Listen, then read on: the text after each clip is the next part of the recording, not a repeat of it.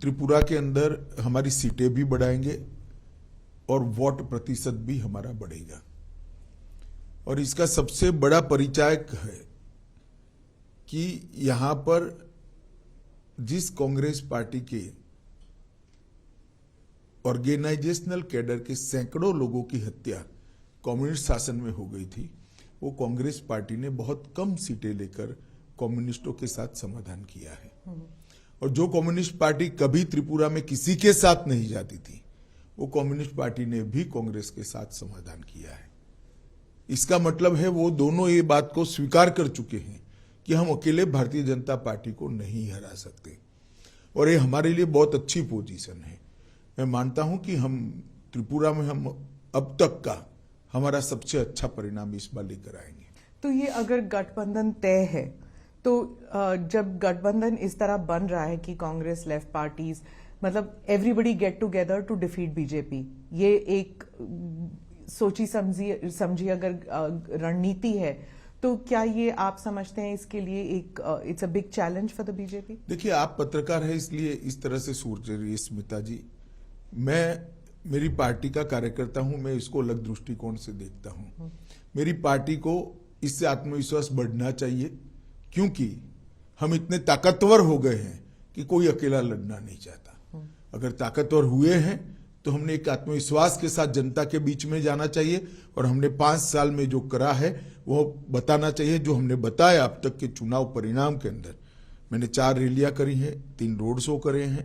मैं आपको बताता हूं कि आज का रोड शो का जो दृश्य मैंने देखा है, मैं कई बार त्रिपुरा आया, पार्टी अध्यक्ष के नाते भी आया हूं, कैंपेन में भी आया हूं, गृह मंत्री के नाते भी आया हूं, और चुनाव के बगैर भी आया हूं, मगर ऐसा दृश्य मैंने मेरे जीवन में नहीं देखा।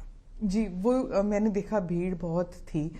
लेकिन जो त्रिपुरा के जो लोग हैं वो अक्सर कहते हैं कि जो लोगों की जो सोच है वो सेंटर लेफ्ट है ज्यादातर। लेकिन पिछले इलेक्शन में आपने चलो पलटाई का जो नारा दिया था, उसके बाद क्या आपको लगता है कि विश्वास अभी भी लोगों का आपकी पार्टी पर है? देखिए, चलो पलटाई का नारा आप सरसरी तौर पर देख रहे हैं। हमने सरकार बदलने के लिए चलो पलटाई नहीं कहा था, मुख्यमंत्री बदलने के लिए चलो पलटाई नहीं कहा था, या पार्टी इन पावर बदलने के लिए चलो पलटाई नहीं किया। हमने चलो पलटाई का नारा त्रिपुरा की स्थिति बदलने के लिए दिया था, और आज हमने स्थिति को बदला है। जैसे मैं आपको बताता हूं, आमतौर पर सरकारी कर्मचारियों के लिए वामपंथी दलों से बहुत सारी अपेक्षाएं होती हैं। यहां पर कई सालों से वामपंथी दल सरकार में था, 5वां पे कमीशन इनको तनख्वाह में दिया जाता था।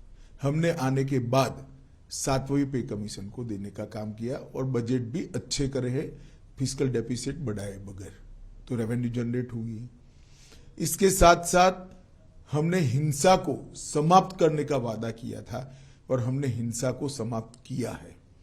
हमने नशे के कारोबार को, जो बांग्लादेश से सीमाओं से आता है, उसको रोकने का वादा किया था। आज मैं आत्मविश्वास के साथ कह सकता हूं, हमने त्रिपुरा के अंदर नशे के कारोबार पर बड़ी कठोरता से नकेल कसी है, और इसका जनता में एक अच्छा मैसेज है। और हम इस बार नारा लेकर आए हैं, त्रिपुरा शांत हो चुका है, त्रिपुरा में अब वायलेंस नहीं है, अब त्रिपुरा को समृद्ध बनाने का समय आया है। मोदी जी और माणिक शाह की ये डबल इंजन की सरकार ने वो वादे को पूरा करने के लिए भी अब तक बहुत कुछ किया है।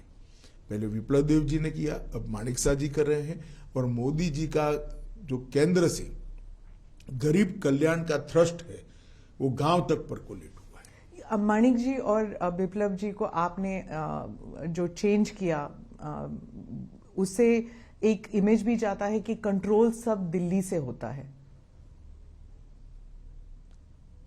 अब आप इसकी व्याख्या इस तरह से कर सकती है, परंतु ये पार्टी का सिस्टम है, और कंट्रोल करने के लिए कोई बदलाव नहीं होता है। किसी भी कार्यकर्ता का ज्यादा उपयोग करने के लिए बदलाव होता है। तो कभी न कभी कोई राज्य से सेंटर में आता ही है। आज हमने विप्लव देव जी को राज्यसभा का मेंबर बनाया है, हरियाणा जैसे महत्वपूर्ण राज्य का प्रभारी बनाया है जो दिल्ली के मुहाने पर है, और इसके साथ साथ राष्ट्रीय मंत्री भी बनाया है। तो वो केंद्र की राजनीति में अपना अच्छे से योगदान दे रहे हैं, त्रिपुरा की राजनीति में भी माणिक शाह जी के साथ रहकर उनको सहायता कर रहे हैं जी। तो इसको कोई इस प्रकार के दृष्टिकोण से देखने की जरूरत नहीं है। अखिल भारतीय पार्टियों को जब राष्ट्रीय स्तर पर कार्यकर्ताओं की जरूरत होती है तो स्वाभाविक रूप से कार्यकर्ता को सेंटर पॉलिटिक्स में ले जाते हैं। मैं मानता हूं ये प्रमोशन है, इसको और कोई दृष्टि से नहीं देखना जी। प्रद्युत जी जो है वो तिपरा मोथा की तरफ से वो बहुत किंग मेकर जैसे उनका इमेज बन गया है कि अगर हंग असेंबली होते हैं तो वो किंग मेकर बनेंगे। मीडिया भी उनकी तरफ क्यूरियोसिटी हंग बननी ही नहीं है, फिर क्या है कोई इस विषय का चर्चा करे। पर वो हंग नहीं बननी है, पूर्ण बहुमत के साथ भारतीय जनता पार्टी की सरकार काउंटिंग के दिन आप देख लीजिएगा 12 बजे के पहले क्योंकि यहाँ कॉन्स्टिट्यूएंसियां छोटी हैं, 12 बजे के पहले पूर्ण बहुमत से भारतीय जनता पार्टी की सरकार बन जाएगी।